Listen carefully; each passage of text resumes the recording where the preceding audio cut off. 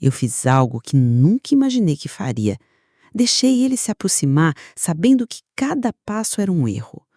Como você reage quando o desejo sussurra mais alto que a razão?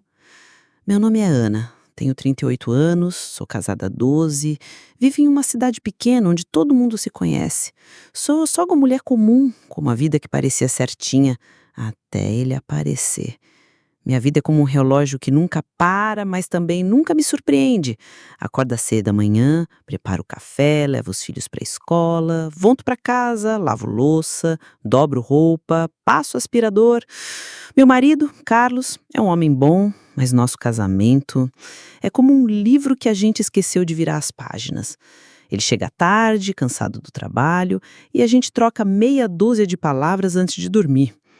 Às vezes sinto ele tão distante que é como se eu vivesse sozinha. Sou religiosa, vou à igreja todo domingo, mas até isso parece automático. Canto os hinos, aperto as mãos, sorrio. Só que no fundo tem um vazio que eu não explico. Um buraco que engole qualquer faísca de emoção. Foi aí que ele apareceu. O Lucas, irmão mais novo do Carlos. Ele veio passar umas semanas na nossa cidade, depois de anos sem aparecer. Lucas é diferente.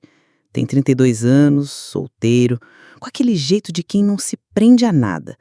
Ele é alto, com ombros largos, cabelo bagunçado que cai nos olhos castanhos. Quando sorri, é como se soubesse de um segredo que você quer descobrir.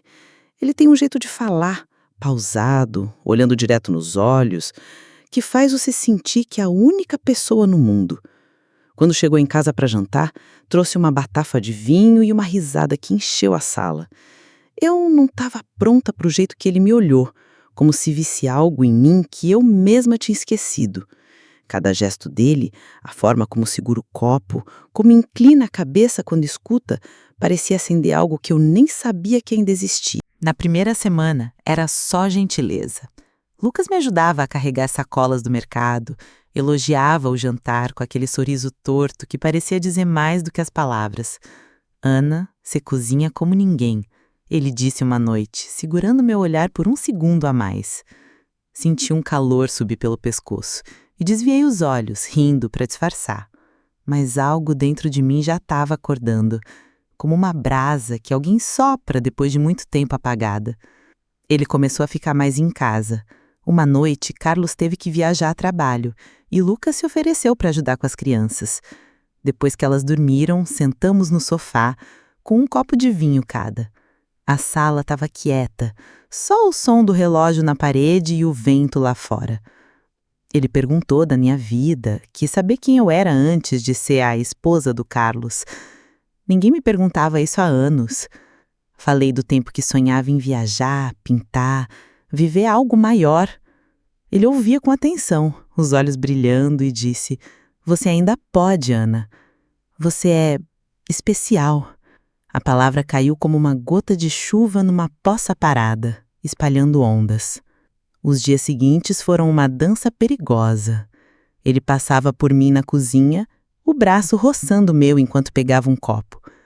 Uma vez me ajudou a arrumar uma prateleira alta e a mão dele pousou leve na minha cintura para me equilibrar.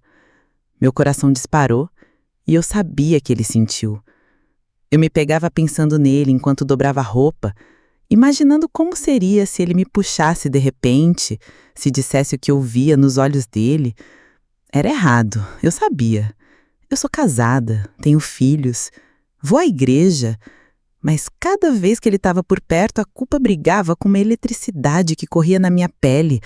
Eu rezava à noite, pedindo força, mas no fundo, uma parte de mim não queria resistir.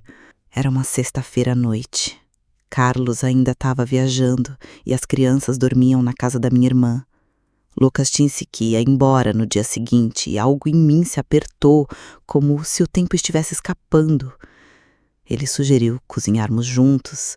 Para aproveitar a última noite, ele disse, com aquele tom que misturava brincadeira e algo mais profundo. A cozinha parecia pequena demais para nós dois. O cheiro de alho e manjericão enchia o ar e o rádio tocava baixo, uma música que parecia pulsar junto com meu coração. Enquanto mexíamos o molho, ele se aproximou para pegar a colher da minha mão. Nossos dedos se tocaram e nenhum dos dois recuou.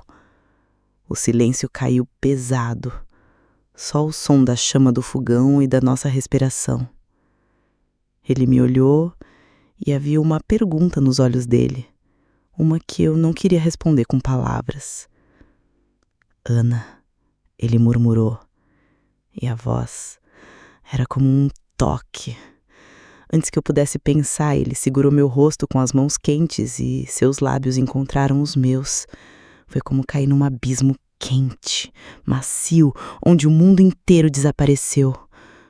O beijo era lento, mas faminto, como se ele tivesse esperado tanto quanto eu. Minhas mãos encontraram o peito dele, sentindo o calor da pele por baixo da camiseta, o coração dele batendo tão rápido quanto o meu. Nos afastamos, ofegantes, e eu fechei os olhos, tentando recuperar o chão. A chave da porta da frente parecia gritar na minha cabeça. E se alguém chegasse? Mas a casa estava vazia, trancada, e o silêncio era nosso cúmplice. Ele não disse nada. Só passou o polegar pelo meu queixo, traçando uma linha que queimava. Eu sabia que devia parar, que cada segundo ali era um pecado, uma traição, mas meu corpo não ouvia. Puxei ele de volta e nos beijamos de novo, agora contra a bancada, o metal frio nas minhas costas contrastando com o calor das mãos dele na minha cintura. Não fomos além, mas cada toque era como uma promessa, cada suspiro um segredo que eu nunca contaria na confissão. Quando paramos, o silêncio da cozinha era ensurdecedor. Meus lábios ainda formigavam e o calor do corpo dele parecia grudado na minha pele, como uma marca que eu não podia apagar. Eu me afastei abraçando os próprios braços, como se pudesse segurar o que restava de mim mesma. Lucas me olhou, os olhos cheios de algo entre desejo e arrependimento, e disse: Ana, me desculpa se... Eu o cortei balançando a cabeça, incapaz de falar. Não era culpa dele, era minha. Eu quis. E Deus me perdoe, ainda queria. Sentei no sofá, o peso do que aconteceu caindo sobre mim como uma onda. Pensei no Carlos, no rosto dele, nas promessas que fizemos na igreja. Pensei nos meus filhos, no que diriam se soubessem que a mãe deles... Meu estômago embrulhou, mas, ao mesmo tempo, uma parte de mim ainda sentia o gosto daquele beijo. A eletricidade que correu por mim como se eu estivesse viva pela primeira vez em anos. Era errado, era sujo, mas era real. Como eu podia sentir tanta culpa e tanto prazer ao mesmo tempo? Na manhã seguinte, Lucas foi embora como prometido. Ele me abraçou na despedida, um abraço rápido, mas seus dedos apertaram minha cintura por um segundo a mais, e eu senti aquele fogo de novo. Carlos chegou à noite, cansado, falando do trabalho, sem perceber nada, mas eu via tudo diferente. Cada palavra dele, cada gesto, parecia me acusar. Quando ele me beijou, senti uma faca no peito. Não por ele, mas por mim. Tentei rezar naquela noite, mas as palavras não vinham. Só o que vinha era a lembrança do toque de Lucas e a certeza assustadora de que se ele voltasse, eu não sabia se conseguiria dizer não. Eu ainda não sei o que fiz de mim mesma. Será que fui longe demais? Será que um momento pode apagar tudo o que eu sou? Esposa, mãe, mulher de fé? Ou será que no fundo eu sempre fui isso, só esperando uma faísca para me incendiar? Às vezes olho para o telefone, imaginando se Lucas vai mandar uma mensagem, se vai voltar, e Deus me ajude, não sei se quero que ele suma ou que apareça na minha porta. Vocês me julgam?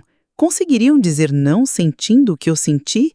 Eu vivo minha rotina, sorrio para o Carlos, levo as crianças para a escola, vou à igreja, mas dentro de mim tem uma Ana que não conhecia, uma que ainda sente o gosto daquele beijo, o peso daquele toque, e ela não vai embora. Me contem nos comentários, se fosse com vocês, teriam parado antes? Conseguiriam resistir? E se gostaram da minha história, se inscrevam, porque tem mais vindo aí.